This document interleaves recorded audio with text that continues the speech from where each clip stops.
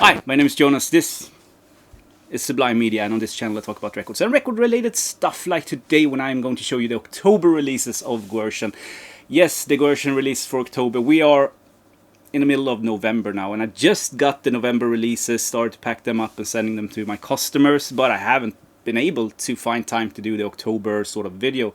So here we go. They are still available. You can still get them on my site or Guerssen site or wherever. I know, you know. So I still think it's totally worth it highlighting this music and these releases. So I'm going to show you the records. I'm going to show you the content inside, and also do some sound samples like I usually do when it comes to these sort of videos. So buckle up. Here we go. So I'm actually going to start with this one, which is the record that I had no idea about, and an artist that I had no idea about. So yeah, this is Keith Noble with Mr. Compromise.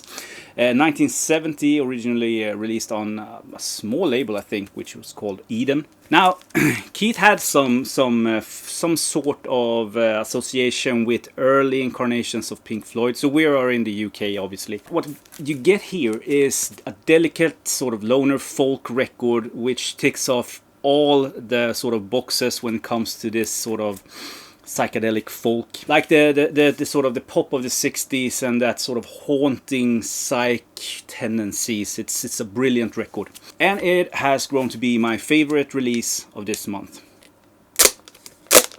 So my favorite thing with these kind of releases are the resealable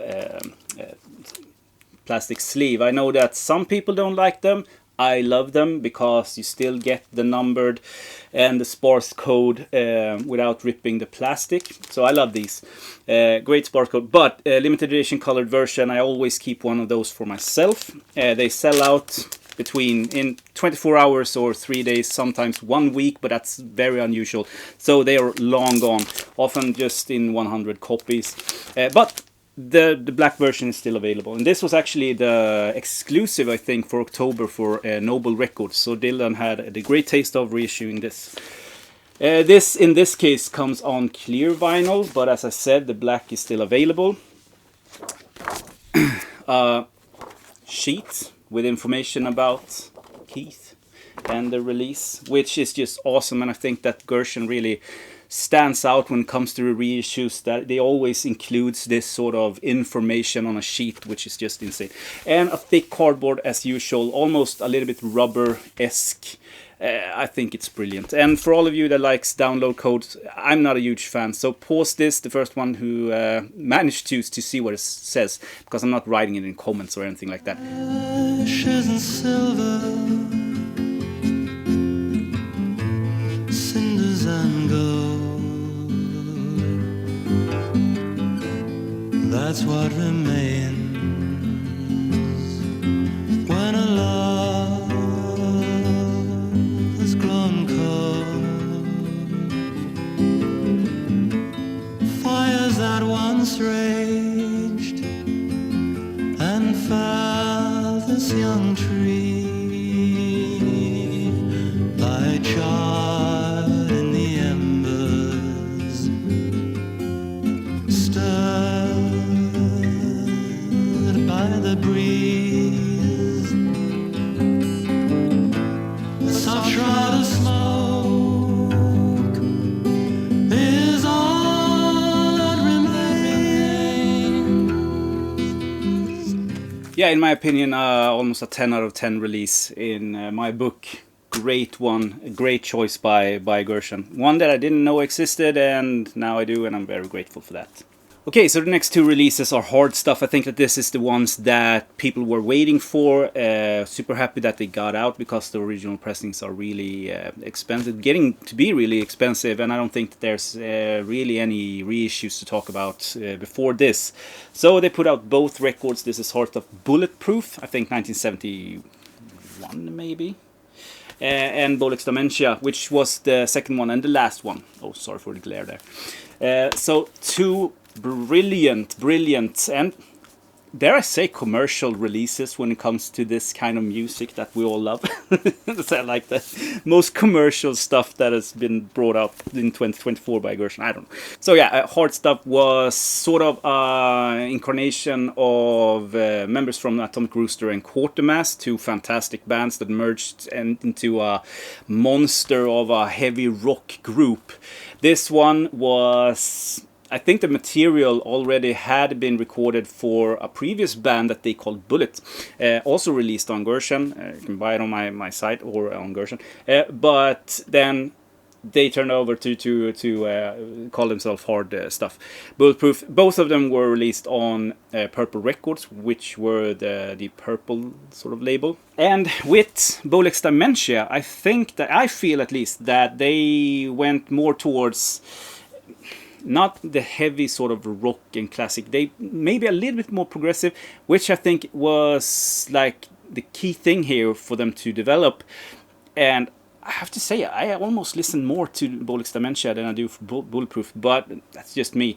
Sadly, this is the last one that they did. They only released 2 records, and we have both of them now on Guerssen, on black version. You can get them, great ones. Let's see what we have inside, shall we? So in this case, it's a gatefold sleeve, and unfortunately, to me anyway, this is one of those plastic ones where you have the sticker that says that this is a limited edition colored vinyl. I have number 79 out of 100. I kept this for myself, the colored version, but I can't really show you the gatefold because I don't want to rip the plastic. The sparse code and you know, the limited edition sticker will fall off, and I don't like to put them in the inside of the, so this is how I treat them now. When it comes to record, as I said, I always pick a colored version for myself to have a reference and a review sample for you guys. Hard work, but someone has to do it, right?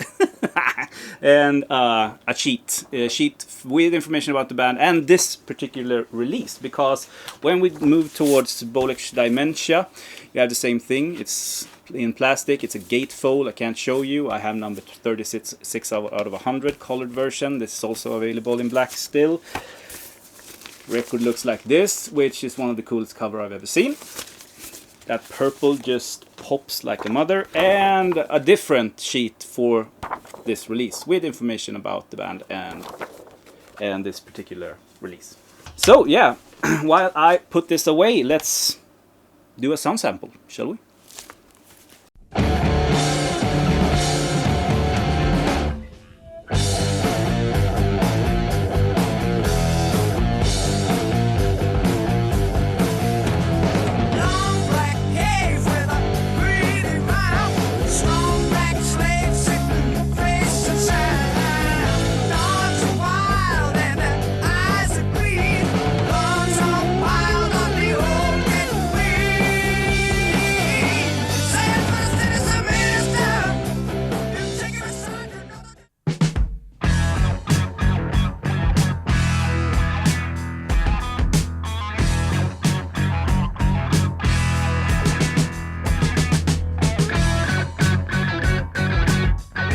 Oh yeah, I really enjoyed that.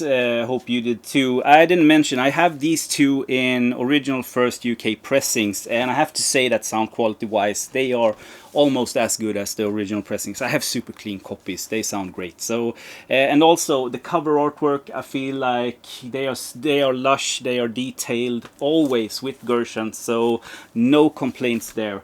I think that the Bolex Dementia had a textured sleeve, but I might be mistaken. It's behind me, but I don't pull it up. I don't know why. So if you don't have the original pressings, don't want to pay up for them, these are perfect reissues of those two classic records. Okay, so the next one and also the last one for October is, and I get goosebumps just showing this record because it's such a great record. Andromeda 7 Lonely Street. Andromeda is one of the coolest heavy psych records ever recorded. There's a reissue, you can get it on Guerssen or my web shop. But it's a classic. I think that most of you that watches this have that record. A near perfect record. So you have Jon Kahn's fabulous heavy guitar on on that one. This is demos and acetates, sort of the leftovers or the pre sort of Andromeda material. So high quality all the way through. Awesome to hear where they were going with the music, and they only released one record. So this is sort of the one that escaped. Now John Kahn were part of Hard Stuff, so we have a little bit related when it comes to this. So he started out in Andromeda, went on to Atomic Rooster, and then to Hard Stuff. So that's the journey that he did. This is a fabulous record. Shit, check it out. I'm gonna do some samples, so you will know for yourself. But yeah, and let's get into the material. Let's see what we have. So yeah, as usual, very glossy sleeve, thick cardboard, high quality all the way through. So there's the front and there's the back. Have I told you how much I love these resealable sleeves with the limited edition colored vinyl? 72 out of 110 copies in this case. I love these. So keep them in that. You also get a sheet with information about the release, which is awesome. Can't really state that enough. I don't think many reissue labels do the effort of sending you the information and you can sit and read about the release and the band when you are listening. And again, hitting it out of the park. This is almost like a blood moon eclipse thing. It's just, fuck me, this is a beauty. Now this is sold out, you can't get it, but except for the second-hand market now. But there's black versions for everyone, so just order that. Yeah, and when I tuck this away, let's have a sound sample of this monster.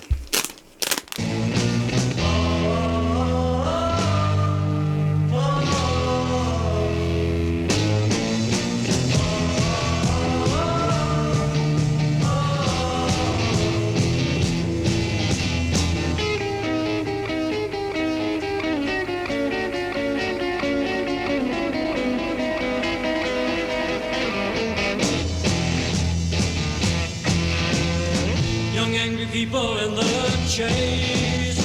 Who is the leader of this race? Just never knowing and never showing the reason of the anger and disgrace.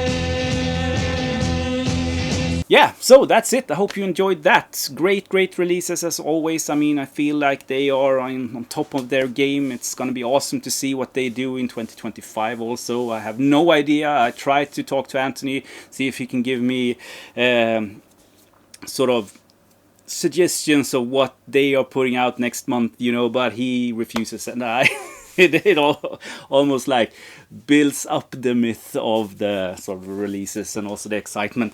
Okay, yeah, so yeah, but if you have any questions, please write them down below. I'll try to answer every single one. I do comment on every single comment that I get, but if I can't answer them, I can send the questions to Anthony also, so no problem at all. Yeah, and I'll talk to you soon. Have a great day, everyone. Bye.